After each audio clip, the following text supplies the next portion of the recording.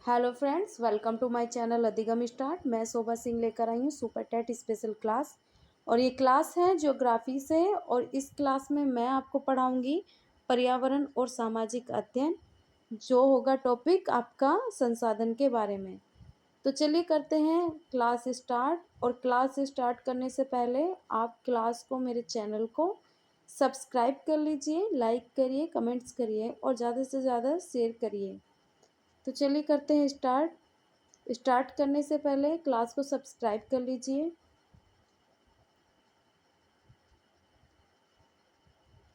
सबसे पहले देखिए प्राकृतिक संपदा। प्रकृति द्वारा प्रदान किए गए जैव तत्व।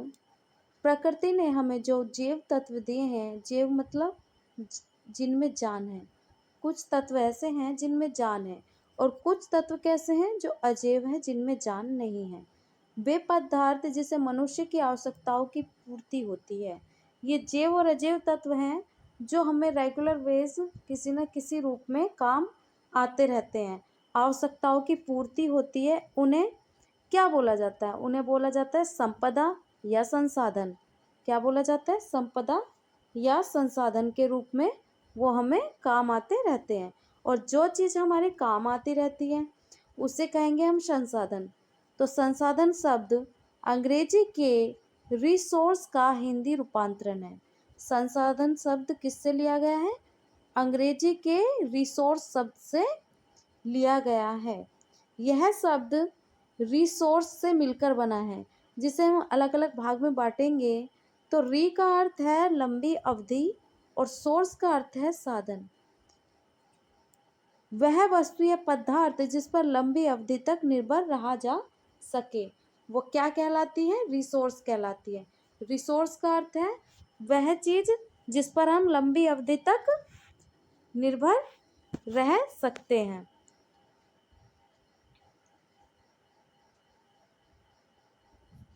संसाधन में प्रमुख है जलवायु, वृक्ष, भूमि, मृदा, शेल, नदियाँ, पशु जगत, मानव जगत आदि। अच्छा, संसाधन किस किस रूप में है? जलवायु है, वृक्ष है, भूमि है, मृदा है, शेल, नदियाँ, पशु, मानव जगत, ये सभी क्या है? संसाधन है। संसाधन मानव की आवश्यकताओं को मानव आवश्यकताओं की क्या करते हैं? पूर्ति करते हैं। और इससे ही मानव की उपयोगिता का पता चलता है। इंसान को जितनी ज़रूरत होगी किसी चीज़ की, वह उसका इस्तेमाल करता है और वही उसके संसाधन होते हैं जिनसे उसकी ज़रूरत पूरी होती है। और इसी से मानव की क्या उपयोगिता का पता चलता रहता है। कोई वस्तु या पदार्थ जिसका उपयोग किया जा सके, फिर वही बात, कोई वस्तु या पदार्थ जिसका उपयोग किया जा सके, उसकी आवश्यकता के साथ साथ उसकी उपयोगिता है। यानी कि उसकी मांग में जो वृद्धि हो जाए, वो क्या है? वो है संसाधन। संसाधन मुख्य रूप से कौन कौन से हैं? सबसे पहले देखिए, यह है खनिज। खनिज संसाधन में क्या है? खनिज में सबसे पहले हम बात करेंगे तेल, लौह अयस्क, कोयला, तांबा, जस्ता, सोना, चांदी आदि। ये क्या है? ये खनिज है, हमें खनिजों के रूप में हमें मिलते हैं। फिर है कृषि संसाधन, और इनकी हमें ज़रूरत भी पड़ती है। खनिज संसाधनों की हमें ज़रूरत भी पड़ती है। इनको आगे डीपली बताया जाएगा, अभी पहले इनको थोड़ा सा देख लीजिए। फिर है कृषि संसाधन। कृषि संसाधन में क्या है? जो हमें भूमि तथा मृदा से प्राप्त होते हैं, वो हमें कृषि के द्वारा ही तो होते हैं। भूमि से हमें कोई चीज़ प्राप्त करनी हो तो वो कृषि के द्वारा ही तो, फसल उगाएंगे कृषि के द्वारा, वह हमारी कृषि फसलें। कृषि फसलें कृषि संसाधन है जो हमें भूमि तथा मृदा से प्राप्त होती है। जो भी फसल या जो भी चीज उगाई जाती है जिसका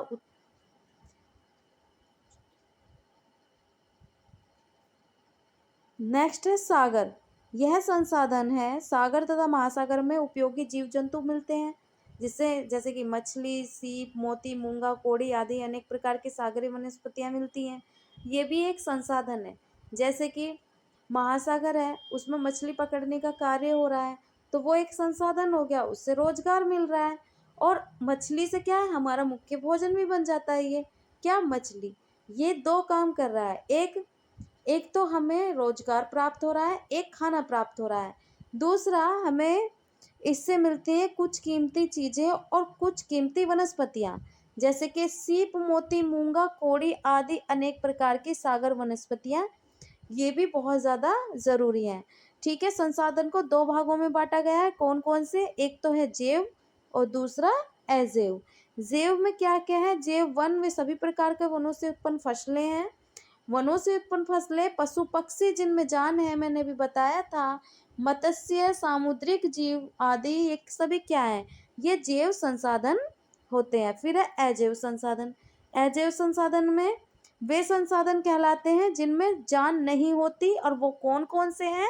भूमि, जल पदार्थ, खनिज पदार्थ जैसे लोहा, तांबा, सीसा, सोना, ये सभी क्या है? अजैव या अकार्बनिक संसाधन है। क्वेश्चन बनता है कि इनमें से जैव संसाधन कौन सा नहीं है या जैव संसाधन कौन सा है। तो ये आपको देखना होगा। मैंने जीव जंतु ये सब बताया, इनमें जान है, तो ये जैविक संसाधन है। कवक, शैवाल, विषाणु, जीवाणु, ये सभी क्या है? ये जैव संसाधन है। और अजैव संसाधन में यही मिट्टी, जल पदार्थ, खनिज पदार्थ जैसे लोहा, तांबा, सीसा, सोना, चांदी, ये सभी क्या है? ये अजैव संसाधन है, जो कि अकार्बनिक संसाधन है। अब देखिए भूमि संसाधन, प्राकृतिक संसाधन है। ये क्या है? भूमि क्या है? प्राकृतिक संसाधन है। इसको किसी ने बनाया तो नहीं, तो ये प्राकृतिक संसाधन है, क्योंकि भूमि पर ही मानव का निवास स्थल है। ये एक जरूरी संसाधन है। भूमि क्या है? प्राकृतिक संसाधन है, जरूरी संसाधन है, क्योंकि इस पे मानव का निवास स्थल है। फिर है मनुष्य। मनुष्य क्या करता है? भूमि का उपयोग विभिन्न प्रकार से करता है। विभिन्न प्रकार से कैसे करता है? जैसे मकान, सड़क, जलमार्ग, कृषि करना, पशुचारण, खनन। खनन का अर्थ आप समझ रहे हो क्या? मिट्टी खोदना, मिट्टी निकालना, जिसकी अब जरूरत पड़ती रहती है। पशुचारण, खनन करना। कृषि, आवास स्थल। अब देखिए भूमि किस किस काम में आ रही है। देखिए कृषि, आवास यानी कि रहने की जगह के लिए, खनन, मिट्टी निकालना, उद्योग कर रहे हैं, इस पे बड़ी बड़ी कंपनियां लगाई जा रही हैं, चरागाह। मृदा संसाधन, मिट्टी। देखिए मृदा संसाधन मिट्टी विभिन्न शैलों तथा वनस्पति के योग से बनती है। किससे बनती है? मिट्टी विभिन्न शैलों तथा वनस्पति के मिलाने से मृदा बनती है। मृदा को दो तत्व में बांटा गया है। सबसे पहले देखिए खनिज पदार्थ। मृदा के निर्माण में विभिन्न प्रकार के खनिज पदार्थों का सहयोग होता है, और वो कौन कौन से हैं? जैसे ऑक्सीजन, सिलिकॉन, एल्यूमिनियम तथा लोहा। इन सभी से क्या बनता है? इनसे मिट्टी का निर्माण होता है। इनमें से कुछ पोषक खनिज भी होते हैं। पोषक खनिज कौन कौन से हैं? नाइट्रोजन, कैल्शियम, पोटेशियम तथा फास्फोरस। ये सभी क्या है? ये पोषक खनिज तत्व होते हैं। और कुछ अपोषक खनिज भी होते हैं जो मिट्टी की उर्वरता के लिए जरूरी नहीं होते और मिट्टी की उर्वरता को करते हैं कम। और वो कौन कौन से हैं जो मिट्टी की उर्वरता को कम करते हैं? जैसे सल्फर, मैग्नीज, तांबा। जहाँ पे सल्फर की ज्यादा मात्रा होगी वहां पे मिट्टी की उर्वरता कम हो जाएगी। मैग्नीज, तांबा, आयोडीन आदि क्या है? ये नमक की अगर मात्रा हो जाएगी तो क्या होगा? वहां पे लवणता आ जाएगी और फसल होना बेकार हो जाएगा, मिट्टी की उर्वरता कम हो जाएगी, वो भूमि हो जाएगी बंजर। फिर है जैव पदार्थ। मृदा में जैव पदार्थों से पौधों को क्या मिलता है? आहार मिलता है। जैव पदार्थ कौन कौन से हैं? अभी जीव, छोटे छोटे जीव, उन पदार्थों से क्या मिलता है? पौधों को आहार मिलता है। जैसे कि एक तरीके से एक एग्जाम्पल हम दे देते हैं कि किसानों का मित्र क्या कहा जाता, किसको कहा जाता है? किसानों का मित्र कहा जाता है केंचुए को। वो क्या करता है? वो पौधों की जड़ों में जाता है और पौधों को एक ऑक्सीजन प्राप्त कराता है, जिससे फसल बहुत ही अच्छी उगती है। तो वो क्या हो गया? वो जैव हो गया ना। मृदा में जैव पदार्थों से पौधों को क्या मिलता है? आहार मिलता है और फसलें अच्छी होती हैं। वनस्पति और जीवों के खत्म होने से, सड़ने गलने से मृदा में जैव तत्व मिश्रित होते हैं। हाँ, ये चीज देखिए, वनस्पति और जीवों के खत्म होने से, या वो वनस्पति हैं, वो जीव हैं, अगर खेत में खत्म हो जाए, सड़ जाए, गल जाए, तो क्या होगा? एक जैव तत्व मिश्रित होता है और उनको मिलता है उससे खुराक, यानी कि उससे मिलती है क्या? आहार। जैव तत्व जैव तत्व पौधों के विकास में अनेक प्रकार से सहायता करते हैं। जैव तत्व क्या करते हैं? पौधों के विकास में, उनके डेवलप होने में, उनको बढ़ने में, ग्रोथ में सहायता करते हैं। ये जल में घुलकर खनिजों के साथ मिलकर जो जो अच्छे खनिज है उनके साथ मिलकर पौधों को भोजन बनाने में सहायता करते हैं। जैव अम्ल का निर्माण कर मृदा का निर्माण प्रक्रिया में क्या करते हैं? सहायता करते हैं। मृदा की जल ग्रहण की क्षमता में वृद्धि करते हैं। जैव तत्वों के बिना मृदा कमजोर होती है, उसकी उत्पादन क्षमता में भी कमी आ जाती है। देखिए, ये इसको ऐसा मत समझना कि ये तो एक थ्योरेटिकल या फिर कोई इसमें कोई खास जानकारी नहीं है। ये आपका सुपर टेट का ही एक चैप्टर है और इस चैप्टर से भी आपको बहुत ही जानकारी मिलेगी, बहुत अच्छी अच्छी चीज़ें पढ़ने को मिलेगी। बेकार चीज़ कोई नहीं होती, ना ही कोई ऐसी चीज़ होती है कि जिसकी ज़रूरत नहीं होती या जो एग्ज़ाम में नहीं आते। एग्ज़ाम में कहीं से भी कुछ भी पूछ लिया जाएगा और जब आपसे पूछ लिया जाएगा तब आपको पछतावा होगा कि हमने ये क्यों नहीं पढ़ा, ये क्यों नहीं पढ़ा। तो पढ़ना सब कुछ बहुत ज़्यादा ज़रूरी है। इसमें कुछ नहीं करना आपको, 2 बार आप क्लास को देखोगे उसमें ही आपको रट जाएगा। फिर देखिए वन संसाधन, वन भी हमारा एक संसाधन है। वनों से हमें क्या-क्या मिलता है? वन का हमारे जीवन में विशेष महत्व है। इसके द्वारा हमें उद्योगों के लिए कच्चे पदार्थ मिलते हैं। उद्योगों के लिए कच्चे पदार्थ कौन से हैं? भवन निर्माण के लिए उपयोगी लकड़ियाँ प्राप्त होती हैं। जीव जंतुओं, पशु पक्षियों, सूक्ष्म जीवों के लिए क्या मिलते हैं? अनुकूल आवास उपलब्ध होता है, उनके रहने की जगह मिलते हैं। पोषक तत्वों से भरपूर मिट्टी का निर्माण भी वनों के कारण होता है। पोषक तत्व जिस मिट्टी में हो और वो मिट्टी किस कारण से पोषक हुई है, उसका निर्माण कैसे हुआ है, वो वनों के कारण ही होता है। वनों की सर्वाधिक उपस्थिति उन जगह पर होती है जहाँ ज़्यादा वर्षा होती है। वर्षा के कारण ही वनों की उपस्थिति होती है, जैसे कि वहाँ पर ना तो क्या कटीली झाड़ियाँ नहीं मिलेगी आपको, ना पतझड़ मिलेगा, और वो जगह कौन सी है? वो है सदाबहार वन। वो कौन से हैं मैं अभी आपको बताती हूँ। ये हमारी पृथ्वी है। पृथ्वी का ये 0 डिग्री अक्षांश रेखा है, मैंने बार बार आपको बताया है। 0 डिग्री अक्षांश रेखा, इसके 5 डिग्री अगर हम नीचे दक्षिण में जाएंगे और 5 डिग्री उत्तर में जाएंगे तो हमें मिलेंगे ये सदाबहार वन। ये एक पट्टी बन जाती है जो कि सदाबहार वन इसी रेखा पर हमें मिलते हैं। उससे अगर थोड़ा नीचे आओगे, आप आओगे 66.5 डिग्री से 23.5 डिग्री के बीच में अगर आओगे तो आपको क्या मिलेंगे? शीतोष्ण कटिबंधीय वन। और ऐसे उत्तरी दिशा में, ऐसी उत्तरी गोलार्ध में, ऐसी दक्षिणी गोलार्ध में। फिर अगर उससे नीचे आओगे आप 23.5 डिग्री से, और आप 0 डिग्री अक्षांश रेखा उत्तरी और 23.5 डिग्री अक्षांश रेखा दक्षिणी, और 0 डिग्री अक्षांश रेखा से अगर आप लगाओगे तो आपको मिलेंगे उष्णकटिबंधीय सदाबहार वन। इसको आप डीपली और आगे देखोगे। प्राचीन काल में क्या होता था कि वनों का फैलाव अधिक था। अब देखते जाइए वनों की महत्ता क्यों है। प्राचीन काल में वनों का फैलाव अधिक था, लेकिन वर्तमान में विश्व के कुल क्षेत्रफल के 30% भाग पर ही वन है। प्राचीन काल में अधिक वन थे और अभी वन धीरे धीरे घटते जा रहे हैं। जबकि परिस्थितिकी दृष्टिकोण से हमारे पृथ्वी के क्षेत्र पर 1/3 भाग पर, और वो 1/3 भाग है कुल क्षेत्रफल का 33%, वनों का विस्तार होना चाहिए। यह विस्तार हमारी राष्ट्रीय वन नीति के अनुसार माना जाता है। हमारी राष्ट्रीय वन नीति के अनुसार कितना माना जाता है कि 33% भाग पर, मतलब पृथ्वी के 33% भाग पर वनों का विस्तार होना ही चाहिए। फिर है कृषि उद्योग या खनन। नहीं, ये इसी में ही है, सॉरी गलती होगी थोड़ी सी। कृषि उद्योग, खनन तथा अन्य उपयोगों के लिए वनों को काटा जा रहा है। वनों को कृषि उद्योग के लिए, जैसे कि वनों को साफ किया जा रहा है और फिर वहां पे कृषि हो रही है, और फिर क्या हो रहा है? अवैध खनन हो रहा है, मिट्टी उठाई जा रही है, तो वनों को नुकसान पहुंच रहा है। और भी बहुत से कार्य हैं जिसके कारण वनों को काटा जा रहा है। तो अब एशिया और अफ्रीका के विशाल देशों में जलाऊ लकड़ी का घर जलाओ लकड़ी यानी कि लकड़ियां जलाई जा रही हैं।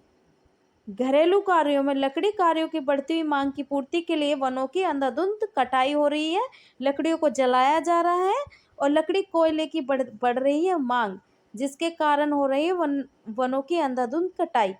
कहाँ की बात है ये है एशिया और अफ्रीका के विकासशील देशों में। जब ये काम हो रहा है तो अदर देशों में कितना होगा। पिछले केवल 40 वर्षों में अफ्रीका के वन क्षेत्र में कितने प्रतिशत की कमी आई है? 25% की कमी आई है। यह कमी कागज तथा अखबारी कागज की बढ़ती मांग के कारण आ रही है।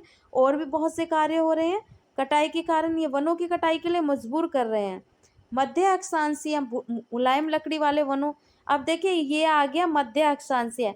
मैं फिर आपको वही बात समझाऊंगी, जैसे कि ये पृथ्वी है और ये इसका मध्य अक्षांश रेखा है, ये देशांतर रेखाएं हैं और ये अक्षांश रेखा है ये, और ये उत्तरी गोलार्ध को बांटती है और ये दक्षिणी गोलार्ध को बांटती है।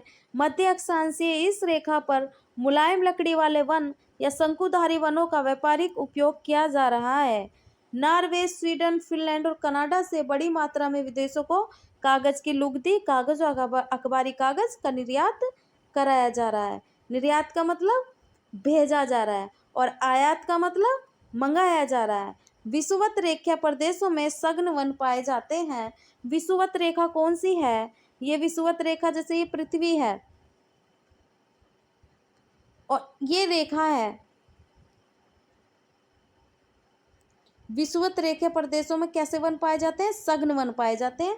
यहाँ पे हर तरीके के वन पाए जाते हैं, परंतु इन वनों से कोई व्यापार नहीं हो सकता। कारण क्या है कि सब तरीके के वन है। हमें कोई एक प्रकार की लकड़ी चाहिए, वहाँ तो हर प्रकार की लकड़ी है, वहाँ हर तरीके के पेड़ हैं। तो इसलिए कोई एक तरीके की लकड़ी नहीं है, जिस कारण से उन वनों की कोई कटाई नहीं हो रही है। और वृक्षों की विविधता के कारण किसी प्रकार की लकड़ी को वहाँ से काटना मुश्किल हो गया, छांटना मुश्किल हो गया है। साथ ही यातायात का भी कोई साधन नहीं है, भूमि दलदली है, उबड़ खाबड़ है, जिसके कारण यहाँ परिवहन नहीं जा सकता, लकड़ी लाने ले जाने का कोई साधन नहीं है। और ना ही यहाँ पर ऐसा कोई विकास हो पाया है, ना ही विकास हो पाया है और ना ही यहाँ पर ये दलदली भूमि के कारण यहाँ पर कोई परिवहन आ जा नहीं सकता है। और जलवायु कैसी है वहाँ पे? जलवायु अत्यंत अस्वास्थ्यप्रद है, वहाँ पर जलवायु अच्छी नहीं है। अगर वहाँ पर जाकर आप काम करोगे, कुछ करोगे तो आपका स्वास्थ्य हो जाएगा खराब, जिस कारण से वहाँ पर लोग जाने से कतराते हैं, वहाँ नहीं जाते। अफ्रीका में सीसी मक्खी, अच्छा ये यहाँ पर इसको टीसी लिखा गया है, टीसी भी बोलते हैं, सीसी मक्खी भी बोलते हैं इसको। ये सीसी मक्खी है नामक विषैली मक्खियों के प्रकोप। ये एक ऐसी मक्खी है कि इससे पहले तो ये काटेगी इंसान को, फिर इसमें धीरे धीरे आपको होगा नशा, और नशा नशा सा लगते लगते इंसान सोते सोते सो जाएगा मतलब मीन्स खत्म ही हो जाएगा। सीसी नामक विषैली मक्खियों के कहाँ पाई जाती है? अफ्रीका के जंगलों में। सीसी मक्खियों के प्रकोप के कारण इनकी कटाई में कठिनाई होती है और यहाँ अनेक प्रकार की बीमारियों का खतरा बना रहता है। इन वनों में लकड़ी कठोर तथा अनुपयोगी होती है, इतनी कठोर लकड़ी है कि उसका उपयोग करना मुश्किल है। भारत तथा दक्षिण पूर्वी एशिया के मानसूनी वन कौन कौन से हैं? इन मानसूनी वन में कौन कौन से वन हैं? सागौन, रोजवुड, महोगनी और चंदन के मूल्यवान वृक्ष पाए जाते हैं। कहाँ से? भारत तथा दक्षिण पूर्वी एशिया के। इनमें से कुछ वनों में जैसे कि चाय, कहवा और मसालों के बागान लगाने के लिए भी दिन प्रतिदिन इनको साफ किया जा रहा है। किसको साफ किया जा रहा है? मानसूनी वनों को, जिससे यहाँ के वनों में कमी आई है। फिर है वन्यजीव संसाधन। वन्यजीव संसाधन, जंगली पशु पक्षी तथा जंतु सभी वन्यजीव संसाधन में सम्मिलित होते हैं। कौन कौन से? जंगली पशु पक्षी तथा जंतु सभी वन्यजीव संसाधन में सम्मिलित होते हैं। ये हमारे जैव मंडल में, परितंत्र में, अच्छा हमारे जीवों की क्या महत्ता है, क्या करते हैं ये हमारे जैव मंडल जो हमारा पर्यावरण है उसका संतुलन बनाए रखने में बहुत ज़्यादा मदद करते हैं। ये संतुलन बनाकर रखते हैं और जीव जंतुओं की या वन्य जीवों की एक विशेष भूमिका रही है संतुलन बनाने में। संतुलन बनाने में कैसे? जैसे कि कोई वन है, वन में एक जंगली जानवर है, तो हम क्या करेंगे, वनों को काटने से डरेंगे, इसमें जंगली जानवर है। तो उससे क्या है, अगर वो जंगली जानवर ही ना होंगे और वन ही खत्म हो जाएंगे और जंगली जानवर भी खत्म हो जाएंगे, तो क्या है, फिर वन ही खत्म हो जाएंगे। वन खत्म होने के बाद क्या होगा, हमें बहुत सी परेशानियों का सामना करना पड़ेगा। जैसे कि अभी बात चल रही है, कौन कौन सी। पहली बात, हमें अच्छी हवा नहीं मिलेगी, शुद्ध वातावरण नहीं मिलेगा, पर्यावरण गड़बड़ा जाएगा। हमारे जैव मंडल में, परितंत्र में संतुलन बनाए रखते हैं कौन, जंगली जीव जंतु। किंतु मनुष्य ने अपने लाभ और स्वार्थ के कारण इनको खत्म करना चालू कर दिया, जिससे परितंत्र के संतुलन में गड़बड़ उत्पन्न हो गई है। वन्य जीवों के संरक्षण हेतु अनेकों कदम उठाए गए हैं। ये कदम उठाए गए हैं, ये आप नॉर्मल भी लिख सकते हो, इनको समझ सकते हो। वन्य जीवों के शिकार पर प्रतिबंध लगाना, अभयारण्यों की स्थापना करना, अभयारण्य यानी कि इनके संरक्षण के लिए जगह, जिन वन्य जीवों की जातियां विलुप्त हो रही हैं उन्हें विशेष संरक्षण देना, यानी कि उनके रहने की एक व्यवस्था करना। जैसे भारत में शेर जातियों की, जैसे भारत में शेर की एक जाति है, उसके संरक्षण के लिए क्या लगाया गया है, प्रोजेक्ट टाइगर आंदोलन चलाया गया था, तब जाकर शेरों की बढ़ोतरी हुई, वरना ये भी धीरे धीरे खत्म होते जा रहे थे। चलाया जा रहा है। वनों के विनाश से वन्य जीवों के लिए भोजन तथा शरण का अभाव हो गया है, अतः इनके लिए चुने हुए वनों को संरक्षित क्षेत्र घोषित किया जाए और वन्य प्राणियों की वृद्धि हेतु प्रयास किए जाएं। अब देखिए पशु संसाधन, ये एक नॉर्मल सी बात है कि पशु संसाधन में आदि मानव पहले क्या करता था, कंदमूल खाकर अपना जीवन यापन करता था, और धीरे धीरे उसने क्या किया, उसने पशु को पाला। पशु को पाल के जब उसने देखा कि इससे तो बहुत ही लाभ मिल रहा है, मतलब पीने के लिए दूध वगैरह सब कुछ मिल रहा है, तो वो क्या हो गया, पशुचारण के लिए जगह देखने लगा, और वो ऐसी जगह रहने लगा जहाँ पशुओं के चराया भी जाए और उनको पानी वगैरह की भी व्यवस्था हो जाए, जिससे वो बन गया एक पशुपालक का जीवन व्यतीत करने लगा। और पशुओं में वो पालने लगा गाय, बैल, भैंस, बकरी, भेड़, लामा, रेंडियर, याक, ये सभी। और इनको पालने के लिए पशु संसाधन के रूप में सामने आया, और पृथ्वी पर 3500 प्रकार के पशु पाए जाते हैं। कितने प्रकार के, 3500 प्रकार के, जिनमें 17 प्रकार के पशु कैसे हैं, जो कि पाले जा सकते हैं, और अन्य वो नहीं पाले जा सकते, जो कि पाले ही नहीं जा रहे हैं, इनको पाला जाता है, क्योंकि 17 प्रकार के पशु हैं जो कि हमारे लिए बहुत ही, मतलब इतने डेंजर नहीं है, और बाकी सब ये डेंजर हैं।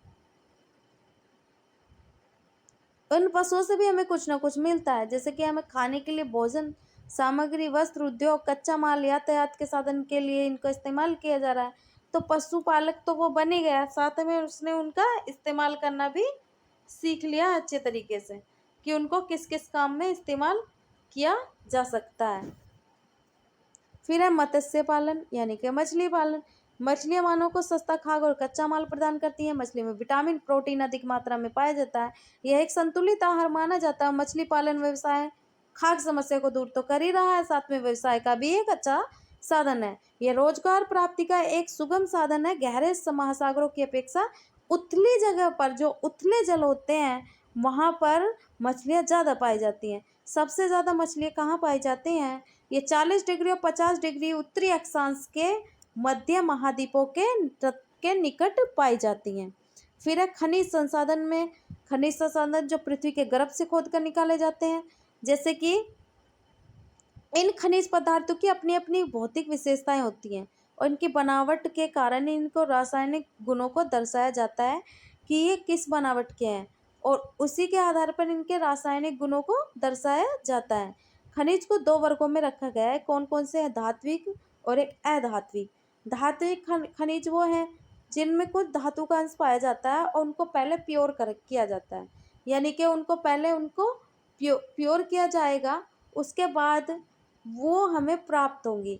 धात्विक खनिज ताप व विद्युत के सुचालक होते हैं, यानी कि इनमें ताप और विद्युत अच्छा कार्य करती हैं। ये बिजली के अच्छे सुचालक हैं, इनमें बिजली का कार्य अच्छे से हो जाता है। जैसे तांबे का इस्तेमाल हम तार के रूप में करते हैं। हम जब भी कोई तार लेंगे तो हम क्या करेंगे, उसमें तांबे का तार आपको मिलेगा। और क्योंकि ये बिजली का अच्छा सुचालक है। खनिज खानों से निकाले जाने पर कई सारी अशुद्धियाँ होती हैं इनमें, और खनिज को पिघलाने पर धातु प्राप्त होती है, और ये धात्विक खनिज कहा जाता है। ये कठोर होती है और चमकीली होती है। इनको पीटा जाए तो ये आकार बदल जाएंगी, लेकिन टूटेंगी नहीं। अधात्विक खनिज, इनमें अंश ही नहीं होते धात्विक के, यानी कि इनमें लोहे के अंश नहीं है, उन्हें अधात्विक खनिज कहा जाता है। अधात्विक खनिज में अशुद्धियाँ बहुत कम होती हैं, जैसे कि इन्हें पिघलाने पर धातु प्राप्त नहीं होती, बल्कि ये पिघलाने पे हमें प्राप्ति नहीं होती, टूट टूट के नीचे गिर जाएंगे, खराब हो जाएंगे, मीन्स किसी काम के नहीं है। इस खनिज को भंगुर की प्रकृति कहते हैं। अधात्विक खनिज में कोई अपनी एक कोई चमक नहीं होती। जैसे कि धात्विक खनिज में सोना, चांदी, लोहा, टीन, तांबा, सीसा, ये सभी क्या है, धात्विक खनिज। इनको पहले प्योर किया जाएगा, उसके बाद इस्तेमाल में लिया जाएगा। इनको पीटो तो ये अपनी आकृति बदल के कोई दूसरी आकृति में ढाल सकते हैं, लेकिन इनको तोड़ नहीं सकते। जस्ता, मैग्नीज, कोबाल्ट, जिंक, क्रोमियम, ये सभी क्या है, धात्विक खनिज है। अधात्विक खनिज हीरा, अभ्रक, कोयला, पेट्रोलियम, पोटेशियम, इनको क्या, इनको हल्का हल्का थोड़ा बहुत ही इनको शुद्ध किया जाएगा, बाकी ये हमें प्योर ही मिलते हैं। क्या कोयले को शुद्ध किया जाएगा? नहीं। नमक को शुद्ध किया जाएगा? थोड़ा बहुत शुद्ध किया जाएगा। फास्फेट, चूना, पत्थर, ये सब क्या है, आधात्विक खनिज के उदाहरण है। लोहा, इसका आधुनिक युग में लोहे का, इस्पात का बहुत ज्यादा इस्तेमाल हो रहा है, क्योंकि प्रयोग में आने वाली दैनिक वस्तुओं में लोहे की जरूरत पड़ रही है। सुई, चाकू, कैंची, छुरी, ये सभी क्या है, ये लोहे से तो बनी हुई है। मशीनें, जलयान, इंजन, मोटर, गाड़ियां सभी लोहे की बनी है। आर्थिक उन्नति को देखते हुए अगर उन्नति के स्तर को नापा जाए तो जो देश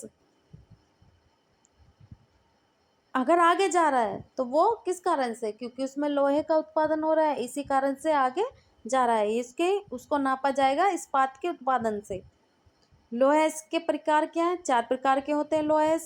कौन कौन से हैं? सबसे पहले देखें, मैग्नेसाइट 74.4% इसमें लोहा मिलता है। हेमेटाइट 60 से 70% तक क्या होता है, लोहा मिलता है। लिमोनाइट 50% लोहा। सीडेराइट 48% तक लोहे की मात्रा होती है। और लोहा उत्पादन देश कौन कौन से? विश्व के 45 देशों में लोहा मिलता है। और ये कौन कौन से हैं? भारत का लोहा उत्पादन में महत्वपूर्ण स्थान रखता है। जैसे कर्नाटक में लोहे का सबसे बड़ा उत्पादक किसको माना जाता है भारत में? कर्नाटक को सबसे बड़ा उत्पादक कर्नाटक को माना जाता है। जिस देश में कुल उत्पादन में लगभग 1/4 योगदान हो, 26,363 मीट्रिक टन उत्पादन के साथ कर्नाटक का भारत में तीसरा स्थान है। और यह देश का 13.72% लौह अयस्क उत्पादन करता है, जिसमें उच्च श्रेणी के भंडार हैं। हेमेटाइट और मैग्नेटाइट प्रकार के पाए जाते हैं कर्नाटक में। जो लोहे का सबसे बड़ा उत्पादक है वो कौन सा है? इसमें कौन कौन से भंडार हैं? हेमेटाइट तथा मैग्नेटाइट प्रकार के चिकनमंगलूर जिले के बाबा उदान की पहाड़ी में पाए जाते हैं। बाबा उदान पहाड़ी कर्नाटक के चिकमंगलूर जिले में स्थित है। यह पहाड़ी 22 किलोमीटर लंबी, 22 किलोमीटर चौड़ी है। इसमें हेमेटाइट के भरपूर भंडार हैं, जिनमें लोहे की मात्रा कितनी है? लोहे की मात्रा 60 से 65% तक होती है। यह खनिज लोहा मंगलोर बंदरगाह द्वारा भेजा भेज दिया जाता है। भारत लोहा अयस्क उत्पादन में चौथे स्थान पर है। जैसे कि सबसे पहले कौन सा देश है? ऑस्ट्रेलिया, उसके बाद ब्राजील, उसके बाद चीन और उसके बाद भारत। जैसे भी पहले कहा मैंने बताया है, भारत में उत्पादित अधिकांश लोहा अयस्क कौन सा है? हेमेटाइट है। आरक्षित कर्नाटक के मामले में उड़ीसा, झारखंड, छत्तीसगढ़ के बाद सबसे ऊपर कौन सा है? कर्नाटक। उत्पादन के मामले में 52% हिस्सेदारी के साथ उड़ीसा सबसे ऊपर है। इसके बाद छत्तीसगढ़, कर्नाटक और झारखंड का स्थान है। फिर है मैग्नेटिटी आयरन, इसमें 70% तक क्या होता है? लोहा होता है। यह सबसे अच्छा लोहा है इसके। इसमें उत्कृष्ट चुंबकीय गुणवत्ता है। भारत में अधिकतम उत्पादन धारवाड़ और कडप्पा प्रणाली से प्राप्त किया जाता है। कर्नाटक कुल उत्पादन का लगभग 73% ही उत्पादन के साथ सबसे आगे है। कर्नाटक 73% उत्पादन के साथ सबसे आगे है। हेमेटाइट, हेमेटाइट में क्या है, लोहा, इसमें 60 से 70% लोहा। और दूसरा सबसे अच्छा लोहा इस प्रकार है, कौन सा, हेमेटाइट। इसमें मैग्नेटाइट की तुलना में ज़्यादा अशुद्धता होती है। लिमोनाइट हमारे ग्रह में पाए जाने वाला एक अन्य प्रकार का लोहा इसका है, इसमें 40 से 60% लोह कंपोजिटन के साथ ये है। और इसमें कितने प्रतिशत लोहा पाया जाता है, 40 से 60% तक।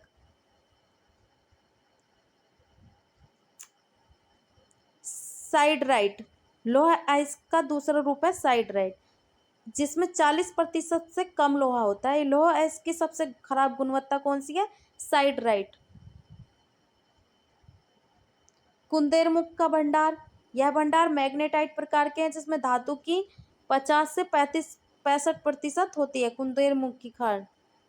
ऊर्जा के संसाधन कौन से हैं, वे पदार्थ जो मशीनों को चलाने में शक्ति प्रदान करते हैं उन्हें ऊर्जा कहते हैं। जैसे पेट्रोल से गाड़ी चलाई जा रही है तो क्या है, ऊर्जा का ही तो एक संसाधन, ऊर्जा ही तो है जिससे गाड़ी चलाई जा रही है। तो यहाँ पर ऊर्जा का काम क्या कर रहा है, पेट्रोल कर रहा है। फिर है खनिज पदार्थ हैं जैसे कि पेट्रोलियम, प्राकृतिक गैस, ये सभी क्या है, ऊर्जा के संसाधन है जिसमें विभिन्न मशीनरी व परिवहन यंत्र चलाने के काम आता है। इनसे मशीनें भी चलाई जाती हैं और विभिन्न यंत्र, वाहन, ये सब चलाए जा रहे हैं। जैसे कोयले से भाप की शक्ति प्राप्त होती है। कोयले से क्या चलाया गया था, सबसे पहले भाप का इंजन चलाया गया था, तो वो इंजन परिवहन ही तो है, उससे इंजन चलाया जाता था। विश्व के ऊर्जा के उत्पादन का 88% भाग कोयला, पेट्रोलियम, प्राकृतिक गैस से प्राप्त होता है। केवल 12% भाग पर जल विद्युत या परमाणु विद्युत प्राप्त होता है। कितने प्रतिशत भाग पर, 12% भाग पर जल या विद्युत है। बाकी सब पर किसका इस्तेमाल हो रहा है, 88%। विश्व के ऊर्जा के उत्पादन का 88% पर क्या हो रहा है, कोयला, पेट्रोलियम और प्राकृतिक गैस से हमें ऊर्जा मिल रही है। और 12% पर जल और विद्युत द्वारा ऊर्जा मिल रही है। कोयला और पेट्रोलियम से उत्पन्न किए गए ताप को क्या बोला जाता है, ताप विद्युत कहते हैं। इस विधि में क्या होता है, कोयले की गर्मी से जल वाष्प की शक्ति, जल वाष्प की जो ऊर्जा उपयोग करके टरबाइन से विद्युत पैदा की जाती है। कोयला और पेट्रोलियम को अनापूर्ति साधन भी कहते हैं। इसका मतलब ये होता है कि भविष्य में ये खत्म हो सकता है, इसकी आपूर्ति नहीं है, ये अनापूर्ति है। जल विद्युत ऊर्जा का एक स्थायी स्रोत है। प्रमुख जल विद्युत परियोजनाएं कहाँ लगाई गई हैं, जैसे कि टेनेसी घाटी परियोजना कहाँ है, संयुक्त राज्य अमेरिका की है। दक्षिण अफ्रीका की कैरिबा परियोजना, मिस्र की आसवान बांध परियोजना। भारत की जल विद्युत परियोजना निम्न प्रकार है। भारत में पहला जल विद्युत संयंत्र कब लगाया गया, 1898 में। कहाँ लगाया गया था, दार्जिलिंग में आरंभ किया गया था। मेट्टूर, तमिलनाडु, 1899 में क्या जल विद्युत परियोजना लगाई गई थी। फिर है शिव समुद्रम, कहाँ है, कर्नाटक में, 1902 में यह परियोजना लगाई गई। भाखड़ा नागल परियोजना सतलुज नदी पर है जो कि पंजाब में स्थित है, यहाँ पर भी जल विद्युत संयंत्र लगाया गया। दामोदर नदी घाटी परियोजना क्यों है, हुगली नदी, ये बांध है, इन बांध पे ही क्या है, जल विद्युत परियोजना लगाई जा रही है। हुगली नदी की एक सहायक नदी है, इसको बहुउद्देश्य नदी घाटी परियोजना भी कहा जाता है। और ये क्या बोले जाती है, पश्चिम बिहार, क्योंकि ये बिहार और पश्चिम बंगाल दोनों को लाभ देती है। दामोदर नदी को बंगाल का शोक भी कहा जाता है। बंगाल का शोक किसे कहा जाता है, दामोदर नदी को कहा जाता है। इस घाटी की परियोजना 18 फरवरी 1948 में हुई थी। इसे क्यों बोला जाता है बहुउद्देश्य परियोजना, क्योंकि इसमें एक योजना के साथ साथ और भी योजनाएं चलाई जा रही हैं। जैसे कि इसके अंतर्गत बांधों का निर्माण किया गया, जैसे तिलैया, मेथन, कोनार, पुकारो, बाल, पहाड़ी, अय्यार, पंचेत बांध, इन सब बांधों को भी इसमें जोड़ा गया है। ये बहुउद्देश्य परियोजना है। फिर है खनिज तेल, पेट्रोलियम, ये क्या है, पेट्रोलियम ऊर्जा का तो बहुत महत्वपूर्ण स्रोत है। पेट्रोलियम का एक मुख्य ईंधन संसाधन इसको बोला जाता है। पेट्रोलियम तथा प्राकृतिक गैस की उत्पत्ति को क्या माना जाता है, इसको जैविक माना गया है। इसकी उत्पत्ति सूक्ष्म जीव तथा प्राणी, वनस्पति पदार्थ की कीचड़ और गाद तथा बालू के जमा हुए अवसादों के नीचे दफन हो जाते हैं, तब जाके पेट्रोलियम प्राप्त होता है। दाब तथा उष्मा के कारण इनमें रासायनिक परिवर्तन होता रहता है। जो भी चीजें नीचे दब जाती है ना, सूक्ष्म जीव हो, प्राणी हो, वनस्पति, पेड़ पौधे, कीचड़, गाद, बालू, ये सभी क्या है, नीचे दब जाते हैं। और लाखों साल बाद दाब तथा उष्मा के कारण इनमें एक रासायनिक परिवर्तन होता रहता है, जिसके कारण ये कच्चे तेल और प्राकृतिक गैस का निर्माण करते हैं, उसके बाद हमें प्राप्त होते हैं। पेट्रोल और उपयोग में लाने से पहले इन्हें क्या किया जाता है, शुद्ध करते हैं। इससे हमें मिट्टी का तेल, डीजल, जब ये शुद्ध हो रहे होते हैं पेट्रोलियम, तो इससे में हमें क्या मिलता है, शुद्धता के दौरान मिट्टी का तेल मिल जाता है, डीजल, पैराफिन, वैसलीन, ग्रीस, मोम, कृत्रिम रंग, रबड़, नायलॉन प्राप्त होती है। और मोम हमें और किससे मिलता है, शहद बनाने वाली मधुमक्खी के छत्ते से भी हमें मोम प्राप्त होता है, जिसको सह उत्पाद भी बोला जाता है। मोम एक सह उत्पाद है, यानी कि हम मधुमक्खी के छत्ते से निकाल तो रहे हैं शहद, और साथ के साथ हमें मिल रहा है मोम भी। तो शहद क्या है, उत्पाद, और सह उत्पाद क्या है, मोम। यानी कि हमें एक लाभ मिल रहा है शहद के रूप में, और दूसरा लाभ मिल रहा है मोम के रूप में। तो ये क्या हो गया, मोम हमें पेट्रोल के सिद्ध करने के दौरान भी मिलता है। विश्व के तेल भंडार, तेल भंडार कौन से हैं? संयुक्त राज्य अमेरिका में विश्व के खनिज तेल का सबसे बड़ा उत्पादक तथा उपभोक्ता है कौन सा, संयुक्त राज्य अमेरिका। यहाँ के किस जगह पर खनिज तेल है, Pennsylvania, Texas, Oklahoma, California, Louisiana तथा व्योमिंग से तेल पादप क्षेत्र हैं। इसके तेल भंडारों में तेल बहुत ज़्यादा है। कौन सा, संयुक्त राज्य अमेरिका में। विश्व में खनिज तेल का सबसे उत्पादक, यानी कि पैदा भी हो रहा है, निकल भी रहा है, और ये खर्च भी सबसे ज़्यादा कर रहा है। संयुक्त राज्य अमेरिका खर्च करने में भी आगे और पैदा करने में भी आगे, उत्पादक तथा उपभोक्ता।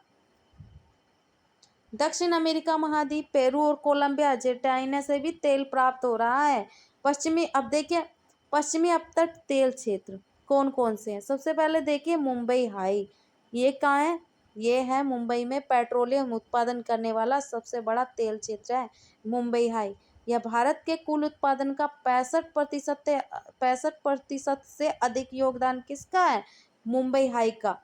और ये कहाँ है, पश्चिमी अपतट तेल क्षेत्र से माना जाएगा इसको, मुंबई हाई तेल क्षेत्र में सबसे अग्रणी भारत में।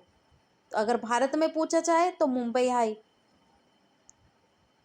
फिर है सेकंड नंबर पे बेसिन तेल क्षेत्र। यह तेल क्षेत्र मुंबई हाई से दक्षिणी ओर स्थित, यह तेल 1900 मीटर की गहराई पर पाया जाता है। एलियाबेट तेल क्षेत्र, यह तेल भंडार भावनगर से 45 किलोमीटर दूर दक्षिण में स्थित है, एलियाबेट तेल। और ये सभी कहाँ है, मुंबई के। अब देखिए गुजरात के कुछ तेल क्षेत्र हैं, जैसे कि अंकलेश्वर, केम्बेलूनी क्षेत्र, अहमदाबाद, कलोल क्षेत्र, इनमें भी तेल के क्षेत्र हैं। ये भी ब्रह्मपुत्र घाटी में भारत में कच्चे तेल की खोज सबसे पहले। अब देखिए ब्रह्मपुत्र घाटी में भी है, भारत में जो कच्चे तेल की सबसे पहले खोज हुई थी वो ब्रह्मपुत्र घाटी में हुई थी। और मुख्य तेल उत्पादन करने वाले कुएं कहाँ हैं, असम के डिब्रूगढ़ तथा शिवसागर। अच्छा, असम का कौन सी जगह है जहाँ पर तेल के कारखाने, डिब्रूगढ़ तथा शिवसागर जिलों में यह मुख्य तेल उत्पादक क्षेत्र है। फिर है डिगबोई तेल क्षेत्र, देश का पुराना तेल क्षेत्र है। यहाँ पाया जाने वाला तेल इयोसीन और मायोसीन काल का है। इयोसीन और मायोसीन काल का कहाँ पाया जाता है, डिगबोई में। फिर है नहरकटिया तेल क्षेत्र, ये कहाँ है, डिगबोई से 35 किलोमीटर दूर, यहाँ पर भी तेल क्षेत्र है। फिर है प्राकृतिक गैस कई गैसों का मिश्रण है, इसमें मुख्यतः मीथेन होती है। ये प्राकृतिक और नेचुरल गैस है, इसमें क्या है, इसमें कई गैसों का मिश्रण होता है, और ये 0.20% है। इनमें उच्च हाइड्रोकार्बन गैसें होते हैं।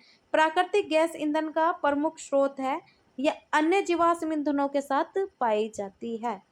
ये करोड़ों वर्ष पुरानी धरती के अंदर जमे हुए मरे हुए जीवों के सड़े गले पदार्थ होते हैं प्राकृतिक गैस, जो हमें नेचुरल मिलती रहती है। वो क्या है, प्राकृतिक गैस। घरेलू कार्यों के साथ साथ प्राकृतिक गैस का उपयोग बिजली के उत्पादन में भी होता है।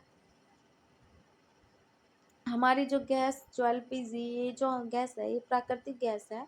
इस घरेलू गैस के साथ साथ हमें क्या है, बिजली के उत्पादन में भी हमें ये काम दे रही है। रूस में प्राकृतिक गैस के क्या है, विशाल भंडार है, और यह देश का सबसे बड़ा क्या है, उत्पादक भी है। रूस क्या है, प्राकृतिक गैस के विशाल भंडार कहाँ है, रूस में है, और यह देश का सबसे बड़ा उत्पादक भी है। भारत में प्राकृतिक गैस का उत्पादन किया जाता है। पेट्रोलियम की तरह प्राकृतिक गैस का अंतर्राष्ट्रीय व्यापार नहीं होता। हमारे यहाँ पर प्राकृतिक गैस का उत्पादन तो किया जा रहा है, लेकिन पेट्रोलियम की तरह प्राकृतिक गैस अंतर्राष्ट्रीय व्यापार नहीं होते हैं, कहीं नहीं भेजी जा रही है। ठीक है, केवल समीपवर्ती क्षेत्रों में कुछ जगह पर पाइपलाइन के थ्रू प्राकृतिक गैस भेज दी जाती है। मतलब इतना ज़्यादा इसका इतना ज़्यादा निर्यात नहीं हो रहा है, इसको ज़्यादा मात्रा में नहीं भेज रहा, बल्कि थोड़ा बहुत इसको भेजा जा रहा है। फिर है कोयला। 18वीं शताब्दी के अंत में कोयले का उपयोग वाष्प या स्टीम शक्ति के द्वारा किया गया था। जैसे मैंने अभी बताया था, जेम्स वाट ने भाप का इंजन चलाया था। जलकर वाष्प शक्ति औद्योगिक क्रांति का आधार बनी। ये स्टीम शक्ति के उत्पादन हेतु किया गया। आगे चलकर वाष्प शक्ति क्या हो गई, ये औद्योगिक क्षेत्र में यानी कि कंपनियों में या फिर किसी कारखाने में इसका औद्योगिक क्रांति का ये आधार बन गई। इसका ज़्यादा से ज़्यादा इस्तेमाल करने लगा। विश्व में कोयले के कुल उत्पादन का 60% भाग कहाँ है, चीन तथा संयुक्त राज्य अमेरिका के रूप में प्राप्त होता है। विश्व में कोयले के कुल उत्पादन यानी कि 60% भाग का चीन तथा संयुक्त राज्य अमेरिका में है। यूरोप, ब्रिटेन तथा जर्मनी इन देशों में विश्व के केवल 15% कोयले का उत्पादन होता है। किसमें, यूरोप, ब्रिटेन तथा जर्मनी में। और चीन में 8 क्षेत्रों में कोयले को निकाला जाता है। ये क्षेत्र तो नहीं पूछे जाएंगे, लेकिन मैंने इसको फिर भी डाल दिया था कि चीन में 8 क्षेत्रों में कोयला निकाला जाता है। संयुक्त राज्य अमेरिका के पूर्वी भाग में कोयला पाया जाता है। संयुक्त राज्य अमेरिका के किस भाग में, पूर्वी भाग में कोयला पाया जाता है। भारत में पश्चिम बंगाल, उड़ीसा, महाराष्ट्र, छत्तीसगढ़ व मध्य प्रदेश में कोयला मिलता है। यहाँ की प्रमुख खानें कौन कौन सी है, रानीगंज। कोयले की प्रमुख खान रानीगंज, झरिया, बोकारो, वर्धा घाटी, उमरिया व सोहागपुर है। ऑस्ट्रेलिया में पश्चिमी ऑस्ट्रेलिया से कोयला निकाला जाता है, न्यू साउथ वेल्स, क्वींसलैंड से। अफ्रीका में Transvaal, Natal, orange free state से कोयला प्राप्त होता है। ये कुछ जगहें हैं जहां से कोयला निकाला जा रहा है। फिर लकड़ी संसाधन। मुलायम लकड़ी शीतोष्ण कटिबंधीय क्षेत्र में संकुल वनों के। अब ये शीतोष्ण कटिबंधीय क्षेत्र कौन से होते हैं, सबसे पहले तो यही देख लीजिए। सबसे पहले मैंने फिर यही बनाना है, ये हमारी पृथ्वी है, ये बीच की रेखा है, ये उत्तरी ध्रुव हो गया, ये दक्षिण ध्रुव हो गया। अगर इस उत्तरी ध्रुव से हम लगाएंगे 23 डिग्री, वो 66 डिग्री का कोण यहाँ पे 66.5 डिग्री का बन रहा है। और जहाँ पे 23 डिग्री 23.5 डिग्री का कोण बनेगा, वहां तक ये क्या हो जाएगा, वहां तक ये हो गया शीतोष्ण कटिबंधीय। ये ध्रुव जो है, ध्रुव के नीचे वाला हिस्सा शीतोष्ण कटिबंधीय। और यही हालात हैं दक्षिणी गोलार्ध के भी। यहाँ से भी 66.5 डिग्री दक्षिणी से 23.5 डिग्री के बीच में जो जगह है, वहाँ पर शीतोष्ण कटिबंधीय क्षेत्र उसको माना जाता है। और वहाँ पर मिलते हैं आपको संकुल वनों के वृक्षों की लकड़ी, और जो कि होती बहुत मुलायम। और इसके प्रमुख पेड़ कौन कौन से हैं, चीड़ का पेड़। मुलायम लकड़ी का पेड़ कौन सा है प्रमुख, चीड़ का पेड़। मुलायम लकड़ी के वृक्ष देखिए, फर, लॉर्स, सीडर, सप्रूस, हेमलुक, रेडवुड आदि, ये क्या है, मुलायम लकड़ी के पेड़। फिर है कठोर लकड़ी, उष्णकटिबंधीय में मिलती है। अब ये उष्णकटिबंधीय कौन से क्षेत्र है, मैं फिर वही बनाऊंगी। ये देखिए, ये जगह है, ये उत्तरी गोलार्ध हो गया, ये दक्षिणी गोलार्ध हो गया। अगर हम ये 0 डिग्री अक्षांश रेखा से यहाँ से 66.5 डिग्री से नहीं 23.5 डिग्री से हम यहाँ 0 डिग्री अक्षांश रेखा तक लगाएंगे, 0 डिग्री अक्षांश रेखा तक, ये जो बीच का हिस्सा है ये उत्तरी गोलार्ध दक्षिणी गोलार्ध में, यहाँ पर भी 23.5 डिग्री लगा लो। और इधर से ये 0 डिग्री अक्षांश, और ये 0 डिग्री, ये 23.5 डिग्री 0 डिग्री अक्षांश रेखा, दक्षिणी गोलार्ध और उत्तरी गोलार्ध। ये जो बीच का हिस्सा है पूरा, ये पूरा हिस्सा, ये का क्या है, ये उष्णकटिबंधीय क्षेत्र है। यह विषुवत रेखा इसके बीच में आ रही है। प्रदेशों के वृक्षों से कठोर लकड़ी प्राप्त होती है, जैसे महोगनी, सागवान, रोजवुड आदि वृक्षों से प्राप्त की जाती है कठोर लकड़ी।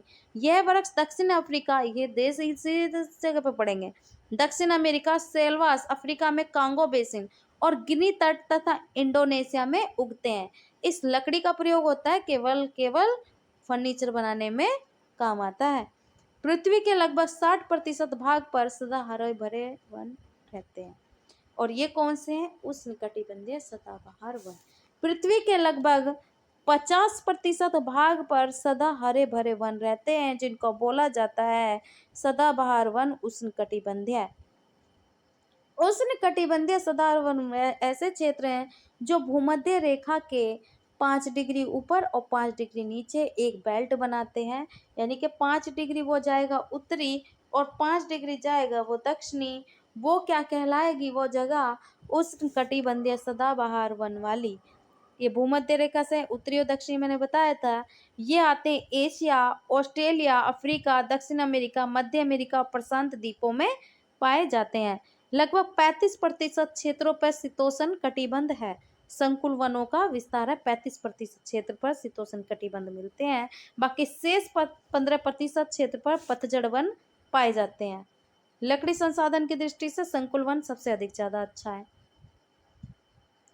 ऊर्जा के अपारंपरिक स्रोत अभी बताए मैंने। पारंपरिक स्रोत, अब देखिए अपारंपरिक स्रोत। सौर ऊर्जा। सौर ऊर्जा आपको पता ही है सूर्य की किरणों से प्राप्त होती है।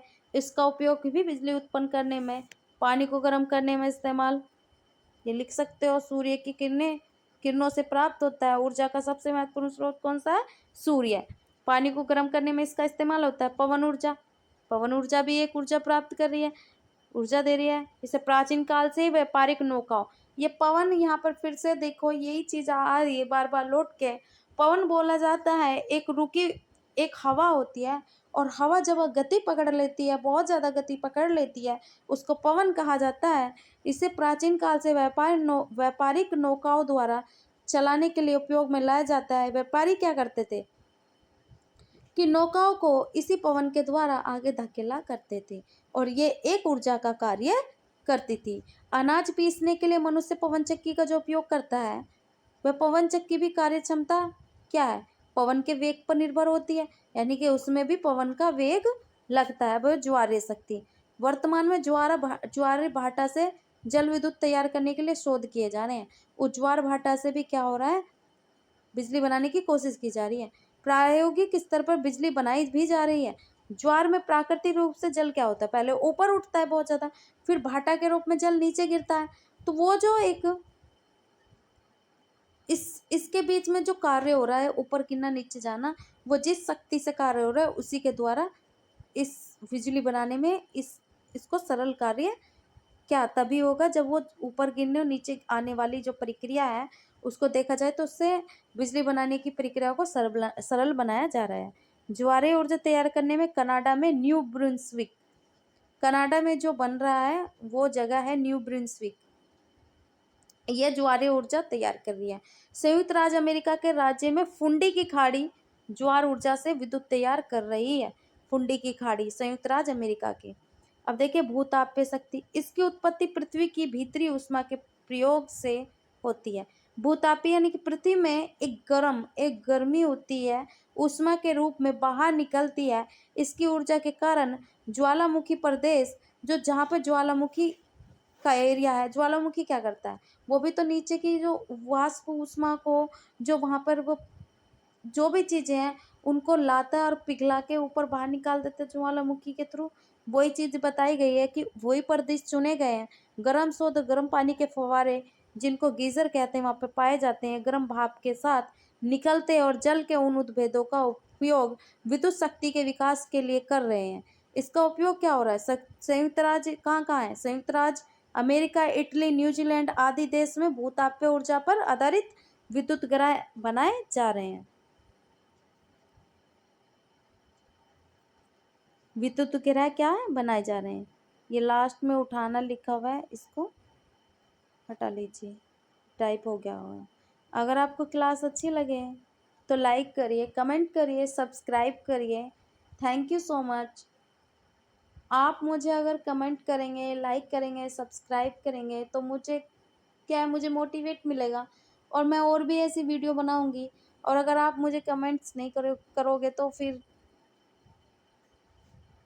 क्लास देखने के लिए थैंक यू सो मच।